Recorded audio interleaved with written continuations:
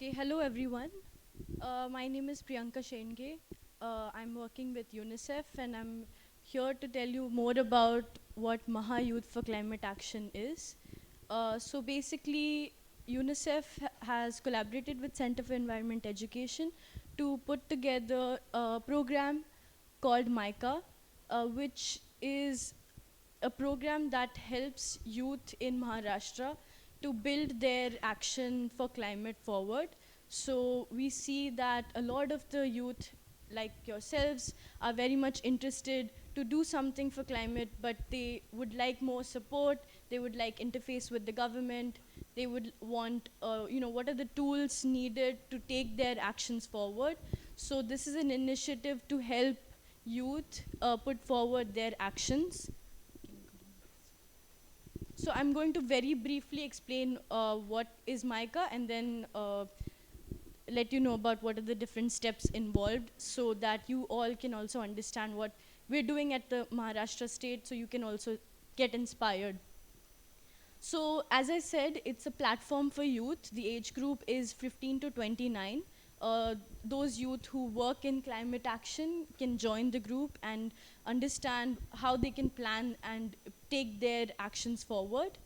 So the focus areas that we have identified in the state of Maharashtra are the disaster-prone districts like Konkan region, which is very much affected by floods. And then we also have drought-prone districts like Osmanabad, which are affected by different problems because of climate change. So we have identified those focus areas. And then the topic that we usually cover in our training sessions are waste management. Then we also talk about water conservation. Then we'll be adding more topics as we get more, different climate actions forward, like biodiversity, etc. We are also planning to do a training session on climate advocacy. How do you actually build campaigns, network, build your stakeholders? That sort of training will happen where it's a self-paced module that we will be running.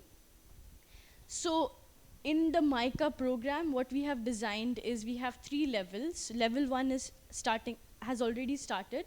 We've done different training workshops on for level 1, which basically has climate action planning. So if you have a campaign, we have a one-day workshop where it helps you design your campaign, helps you design how exactly you can plan your different actions, who to talk to. That sort of a training has already happened in multiple districts, and we are going to more. Then level 2, those who have joined level 1 can come to level 2 where they report their actions. So you get a platform, and there you can present your work, and that helps you to connect with more people, bring your campaign further. And in both these levels you get participation certificates, and here youth can join in. But the level 3, we have a selection process which goes, whoever has reported their actions, who has done a great job, has actually presented their findings in a well-mannered structure, you are selected to be a part of level 3, which is more on climate advocacy and policy recommendations. So there, depending upon your ground level experiences, we will be doing a district parliamentarian where we will have different policymakers and youth sitting together at the Maharashtra state level, where they can present their views and give their recommendations, because we've seen that there's not much interface that happens with governments and youth, so that platform needs to be built. And so we are trying to do this through this initiative. And the people that complete that level will get a certificate of change ambassadors for climate, so they can take their journey forward in their districts and the state level. So this whole MYCA initiative, something like this is happening in other countries. That these are the countries where UNICEF is running the youth advocacy initiative, in Paraguay, Belarus, Lebanon. So each of these countries have one climate youth advocate allocated, where such a movement is also taking place. So these are just some of the images we have where we have done workshops. We've seen many inspiring youth joining across Maharashtra, and we have some of them here today. So some of them presented during the stories session yesterday, and we would also like to have a few right now to speak. This is a picture from the Mumbai workshop. You can just go next. Some from Ratnagiri workshop. We do climate action planning, like I said, and some have already started taking actions and are sharing with us what are the different actions. They ask questions, how we can support them in any questions that they have, any challenges that they face. So that's brief about MYCA. I want to invite Praveen Sakre from Osmanabad to speak about his story. So Praveen, please come forward. Just 2 minutes, and then we have Sheetal, and that's it.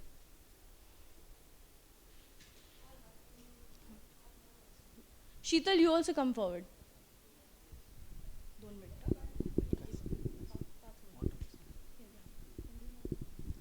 Good morning, all of you. My name is Praveen Sakre, Usmanabad district and Bhum Taluka. Hindi नहीं हिंदी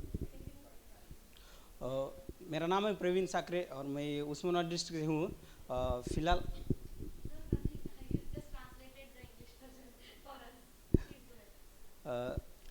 फिलहाल मैं अभी water organisation trust इस NGO में काम करता हूँ। एक एनजीओ इस तरह से काम करती है, खेत के लिए काम करती है, किसान के लिए काम करती है, वाटर के लिए काम करती है और मिट्टी के लिए काम करती है। हमारे उधर ज़्यादा बारिश नहीं गिरता, तो इसलिए ये एनजीओ है ना, जो पानी रोकने के लिए और मिट्टी अच्छा रखने के लिए और जो भी है ना हमारी खेती ऑर्गेनिक फार्मिंग के लिए भी काम करती है, क्योंकि ये भविष्य में बहुत ज़्यादा ज़रूरी है ऑर्गेनिक फार्मिंग। क्योंकि अभी हम देख रहे हैं कि पेस्टिसाइड्स खाने से इंसान को क्या क्या बीमारी होती है, तो इसलिए हम वहाँ के 40 गांव को अडॉप्ट किया है और उस गांव में जो भी किसान है ना, उनको ऑर्गेनिक फार्मिंग के लिए हम ये करते कि सब कुछ बताते किस तरह से करना है और फार्मिंग के लिए जो भी चाहिए बोले तो पानी की जो भी ज़रूरत है, पानी कैसे रोकना है, मिट्टी को कैसे अच्छा रखना है और बाद में हम जो भी महिलाओं के लिए भी महिला सक्षमीकरण के भी काम कर रहे हैं। और जो भी हमारा ये है कि जो भी महिला है ना हमारे उधर, क्योंकि हमारा जो गांव है ना उसमें महिला को ज़्यादा ये नहीं होता ना, तो हमारा ये है कि इंटेंशन की जो भी महिला है ना उनको सक्षमीकरण करना है और उनको घर से बाहर लाने के लिए हम पूरी कोशिश करते हैं। और जो भी किसान है अभी फ़िलहाल बहुत रासायनिक पेस्टिसाइड्स के लिए ये करते हैं ना कि कम समय में ज़्यादा खेती हो जाए और मुनाफा भी ज़्यादा हो जाए, लेकिन वो बहुत हानिकारक है। और वो किस तरह से करते हैं हमें अभी वीडियो है वो, लेकिन टाइम की वजह से नहीं बता सकते, हम दिखा सकते हैं। लेकिन जो भी काम चालू किसान है ना वो आगे चल के ऑर्गेनिक फार्मिंग के लिए ज़्यादा से ज़्यादा ये हो जाए, अट्रैक्ट हो जाए और आपकी तरफ भी ऑर्गेनिक फार्मिंग के लिए आप भी उनको बता सकते हैं कि किस तरह से ऑर्गेनिक फार्मिंग करना है, तो बहुत ज़रूरी है।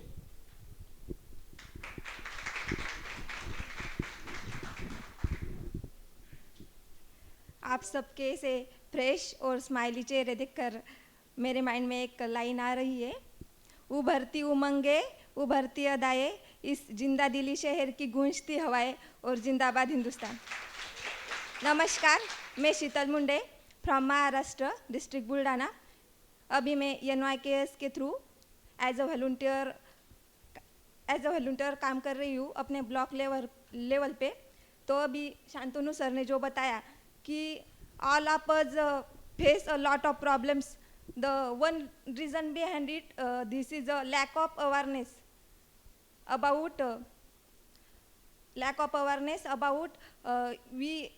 we all don't हम हमारा जो मोरल ड्यूटीज़ है हमारी टूवर्ड्स आवर नेचर और टूवर्ड्स आवर सोसाइटी, वो शायद उसमें हम कम पड़ रहे हैं, इसलिए बहुत सारे प्रॉब्लम्स अभी आ रहे हैं, इसलिए हमें काम करना पड़ रहा है।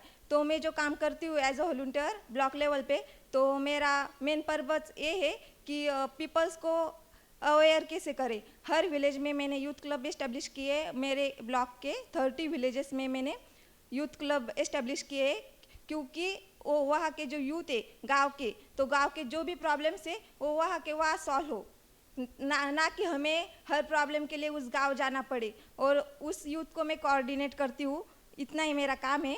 और एक और बात मैं आपको बताना चाहूँगी कि मैंने एक पोएम लिखी है, हमारी आज़ादी को अब 75 ईयर्स हो गए, तो उस पर मैंने कुछ लिखा है, तो मैं आपको बताना चाहूँगी। पोएम का टाइटल है मैं आज़ादी। जब आज़ादी हमारी तरफ देखती होगी और चाहती होगी कि हमसे कुछ कहे, तो वो कैसे कहेंगी, उसकी अपेक्षाएं क्या होगी हमारी तरफ से, इस पर मैंने कुछ लिखा है। मेरा अमृत महोत्सव तुम जरूर मनाओ, पर सही तरह से मुझे समझ तो पाओ। जब मैं मिली थी तुम्हें तब मैंने ये सोचा था, जल्द ही पाओगे मंजिल, विश्वास मन में बनाया था। अपने कर्तव्यों का पालन कर, मेरी बात मानो ना। स्वच्छता, साक्षरता एवं विश्वास से मुझे सजाओ ना। संकल्प बस इतना सा है, नारी का सम्मान जारी रहे। छोड़ो धर्मों की बातों को, अब विकास के लिए अड़िग रहे। बोलो एक काम तुम कब करोगे, स्वावलंबन और समानता लाओगे। मेरी बातों पे जब गौर करोगे तभी पूरी तरह से मुझे पाओगे। सिर्फ आज़ादी से तेरा क्या होगा, ये विश्वास जगत को दिखाना है। मेरी पहचान है भारतवासी, भारत को मेरे अमर रहना है, भारत को मेरे अमर रहना है। Thank you so much all of you. Thank you so much Sheetal. सबका एनर्जी हाई हो गया सब ये सुन के। So quickly going to Lakshya now. Lakshya and Chainika are here from people's resource centre. And thank you Priyanka.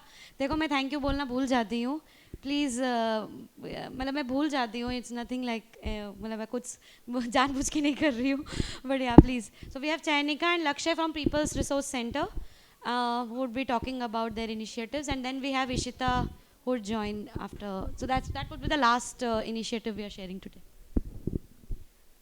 Hi everyone. I know there's a paucity of time, so I'll just keep my presentation really short. My name is Chanika. I am from the People's Resource Center. I work as a researcher there. So I'll tell you a little bit about our work first. So we work mostly on issues of urbanism and create like sort of a vision for new urbanism. And our work is also on sustainability and development. And one thing that we really focus on, as a lot of other initiatives here do as well, is we really center the communities that we work with in all of our work. And we don't just like raise issues and raise awareness about issues, but we also construct alternative imaginations to the current structures that exist and that we all live with, based on like research and lived realities of the communities that we work with. So we do this by like a couple of different things, which is one, we create resources to facilitate social transformation. So we publish a lot of publications on like several different topics. So like we worked on mobility, on sustainable mobility, on urban agriculture, and now we're also going to, we have already started a couple of projects on issues that come up with riverfront developments in different cities throughout India. And one thing that lies at the center of all our work is that we imagine our cities that we live in to be self-reliant, localized and decentralized. So the decision-making power that exists, we believe, should always be with the people, because it's their lives that are going to be affected by any policies that we make. So they should be at the center for any decisions that are taken that affect their lives.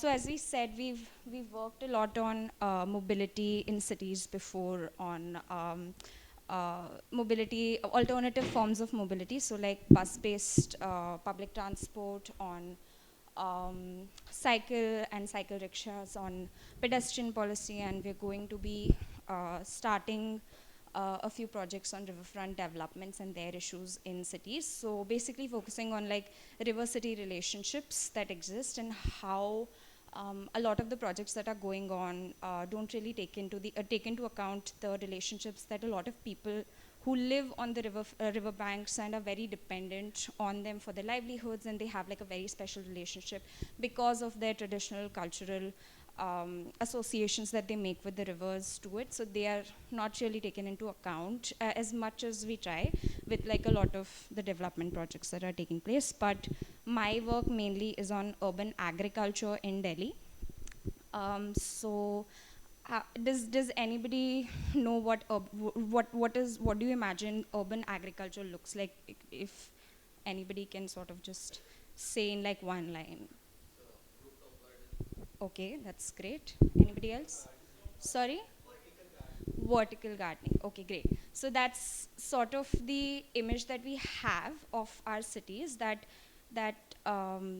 cities are supposedly supposed to be places where there's like a lot of development and tech and very like spaces that we don't imagine nature to be.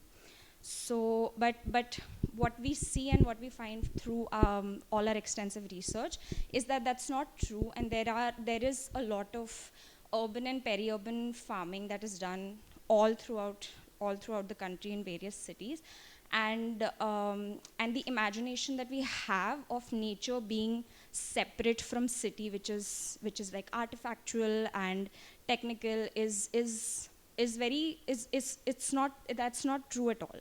So we have one aspect of urban farming is something that a lot of you mentioned is very technical, so like rooftop gardening and terrace farming, and like I'm sure you've all heard the buzzwords by now, which is like hydroponics and aeroponics and all of that.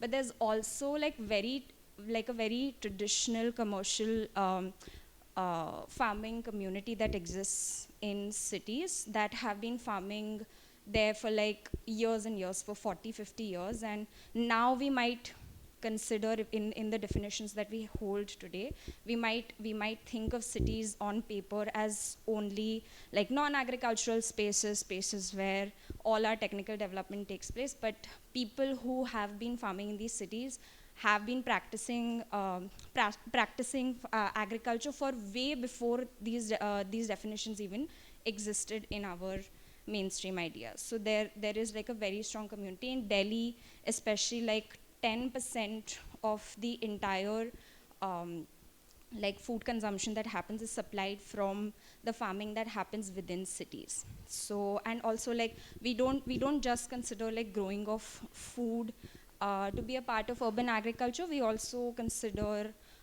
things like animal husbandry and dairy and composting and all also to be a part of urban agriculture. Also like the mandis that you see in a lot of the city areas where like all the farmers sits, that also like selling of food also is like an agricultural activity. So also 10% of food I mentioned, out of that like 60% of all the meat consumed in Delhi is also manufactured, or I wouldn't use the word manufactured, but it comes from within city boundaries. So you can imagine the impact that it would have if we sort of take away the spaces that that the farmers currently live and practice their trades on. That the impact that's going to have on the food systems within the city.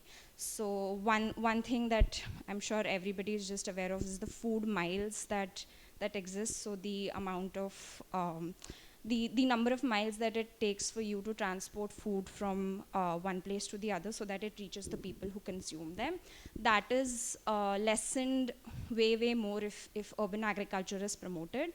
And that obviously has like a huge impact on climate and the carbon footprint that we are leaving when we consume food which is grown locally. And it is entirely possible to consume food that is locally grown in any city that you live in, because I'm sure every single city has, we've also done projects in Ranchi, Indore, in Bombay, in Pune, in several other cities, and we found that there are local communities of traditional farmers in every single of these cities. So I'm sure anywhere else that you also live, there are always going to be opportunities for you to consume locally grown food. So yeah, that's basically what I wanted to say, and And one more thing that we also work on is specifically the issues of the farmers that provide our food within city boundaries. There's like a lot of, I'm sure like every city and every space has its own context, but in Delhi there's like a lot of land contestations that also happen with the government, with other bodies that exist, which are like intergovernmental or non-governmental, which really impact the farmers. So that is something that we've also been working on for a few years.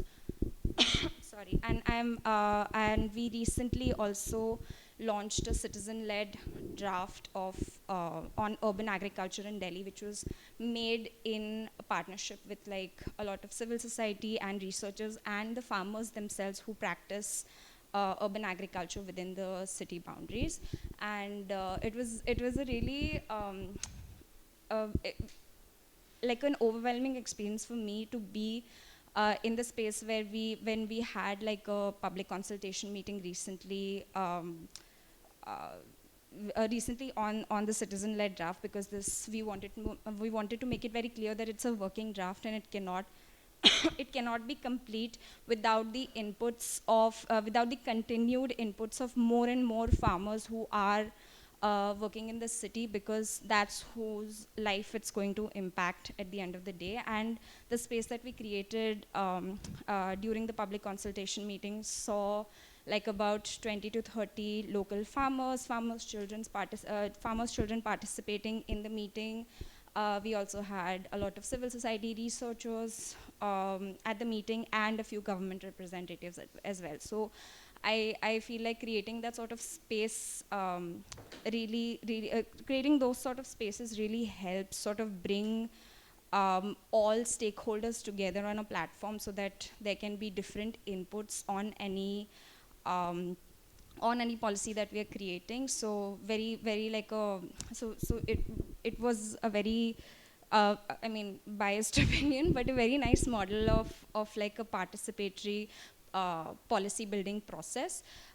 So yeah, and now that we've come here and we see that in action at the LCOY as well, where we are all getting the opportunity to sort of contribute and put in our own experiences, our own lived realities, and our own learnings from the field into the policy recommendations that we're going to be sending forth, hopefully. So that's sort of really reflected for me, and I'm very glad to be representing PRC and engaging with all of you in the same. So yeah, you can always connect with us at our email ID, which is prcindia@yahoo.com, or you can also write to me if you'd like to contribute in any way to the research, to any of the climate organizing, or anything else, because we do work with like a lot of other networks like Vikalp Sangam and APM, etc. Like through my work, I've also been very grateful to be a part of the South Asia Bioregionalism Working Group. So that's pretty much it. I think I'll not take more of your time. Yeah. Thank you so much, Shainika. See, I didn't forget this time. So